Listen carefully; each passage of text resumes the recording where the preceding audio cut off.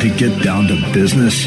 Join seasoned entrepreneur, community leader, and Army veteran Scott Shalom Klein, who will take you behind the scenes with those who work in America's small business scene and speak with leaders making an impact, creating jobs, and telling their story in entrepreneurship. So let's get down to business. On AM 560, The Answer, here's your host, Shalom Klein.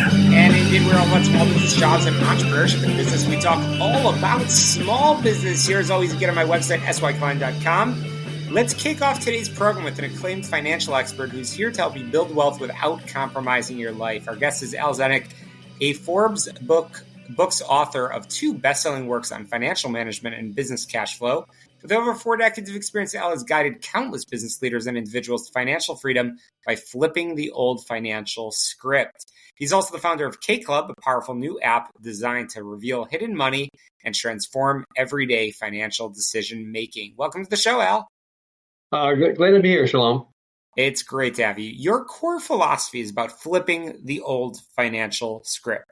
What is the most common piece of traditional financial advice that you believe actually slows down an entrepreneur's progress? What slows it down? I would say basically they don't listen to other people. When I say that, when I was an entrepreneur, when I started out, I knew all the answers. And I was going to take a path forward. And quite frankly, I was afraid to ask for help because I thought I would look weak.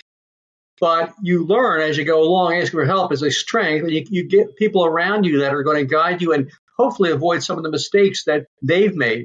So I would say the weakness is the initial weakness financially for entrepreneurs is getting that team around you and asking for help and listening to them. And you emphasize a cash flow centric strategy. For a small business owner, what is the single most important metric that they should be tracking regarding cash flow beyond just the bottom line? Well, most people, most entrepreneurs, and I was like that, run their businesses by what's in the checking account. What you have to do, and I learned this painfully, almost went bankrupt because of it, is you have to look at what your cash flow projections are going to be for 3 months, 6 months, a year, because there's going to be variations in the business cycle. So looking at where cash flow could be, how can I say, smaller in 2 or 3 months, and so you have to cut back or find maybe financing for that. It helps you manage the business and cash flow. So not only is cash flow the most important, but managing your cash flow and looking at the future is more important.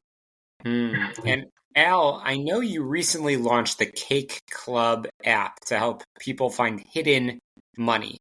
Where is this hidden money usually hiding in either a typical small business or a household budget? Well, for a typical small business, it normally is hiding in accounts receivable. It's normally hiding in accounts payable. What I'm saying that is sometimes businesses will extend credit or other things and not collect properly. Another is how you finance your businesses. Sometimes small business owners get a lot of collections of debts or maybe using their credit cards to bootstrap. And sometimes consolidating this helps on your cash flow and helps cut down on excess cash flow going out. For someone at home, it's normally in their spending. Most people don't look at their spending, their credit card bills and stuff during the month. And so sometimes they have subscriptions they don't need anymore. They don't know what they're spending.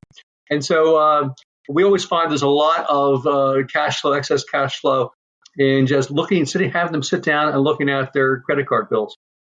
I'm chatting with Al Zdenek. And Al, I know you guide people to work less and achieve more. What's the connection between mastering cash flow and gaining more personal time and flexibility?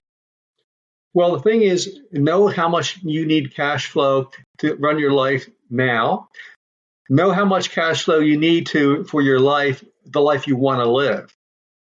That's the beginning, because if you don't know that, you don't know basically what kind of job or what kind of business you should have or what kind of profit you should have for that. So once you do that, and then once you input in that money to be set aside so that you can be financially independent someday, like I did that and was financially independent by 48, is that once you do that, then you can structure your business or your work around the time you want. And then finally get to a time that you walk in the office someday or your business someday and say, I don't need to be here. It's an option for me. Al, you've advised entrepreneurs across various stages. What is the biggest financial mistake you see founders make when they're in the early, high stage growth of their business? Well, again, it comes back to cash flow. They normally misinterpret or don't plan enough for the cash they're going to need. A lot of people bootstrap and they'll use their credit cards and they'll use every dime up until finally they need more money. So the biggest mistake I see, and this is why 80% of small businesses go out of business within 5 years, is that you've got to plan your cash. You got to not only plan your cash what you need for your startup and your business, but make sure you have lines of credit. Make sure you're not waiting till you're using your last dollar, but that you're planning ahead of time how to raise more money or get out there and get some seed money or some other help.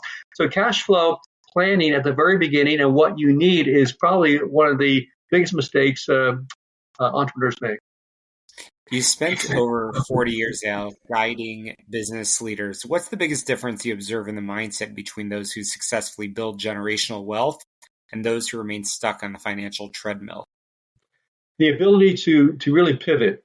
A successful entrepreneur or a business person learns very early how to pivot. If one thing is not working, you try another way. Or they are very good at saying, okay, this way, this path I'm taking, I've got to change it or quit it or do something else. People that are not as successful are the ones that keep on beating the same horse. They keep on the same path no matter what, and they don't know how to pivot or change direction. Always remember the mountain in the distance where you want to go is still there. The routes could be crooked along the way, or they may take you different paths, but learn how to go to those different paths and pivot. Absolutely. You speak often about making complex financial ideas simple. What's one complex financial concept that you can translate into a simple, concrete, everyday step for our audience? Well, I think most people find debt or how to get debt or how to pay it back a complex thing or challenging thing for them. And what I find out is that most people make debt decisions, whether it's a car loan, buying a house, or whatever, on emotion, and sometimes do not look at the options. So my clearest advice or less complicated advice is when you're going to make any kind of debt decision, sit down with a professional and look at the alternatives. What if I put this down on my house? What if I don't put this down? What are the financing options? And then how can I make it meet into my cash flow needs per month? That's about the simplest thing I could do in a quick time frame. Yeah, and for an entrepreneur listening who's struggling with feelings of financial burnout, what's one non-obvious cash flow adjustment that they can make this week to feel more in control? I think that the unknown is the biggest causer of stress. So I think one quick thing is that if you haven't done it, sit down and look at what you've spent this past month. Look at what your spending needs are. Once you know that, you're either going to find out you have enough coming in or you don't. But at least you know the answer. And now you can start doing something about it, whether it's cutting some cost or have a side gig or get another job or whatever. But start with if you know the path that you're on and you know the start, you probably will have a less stress in your life. Yeah. Well, Al, I know you alluded to this earlier, and as we come to a conclusion, I want to go back to your backstory. I know that there's your story has not been all rainbows and butterflies. I know that there's been some challenges along the way.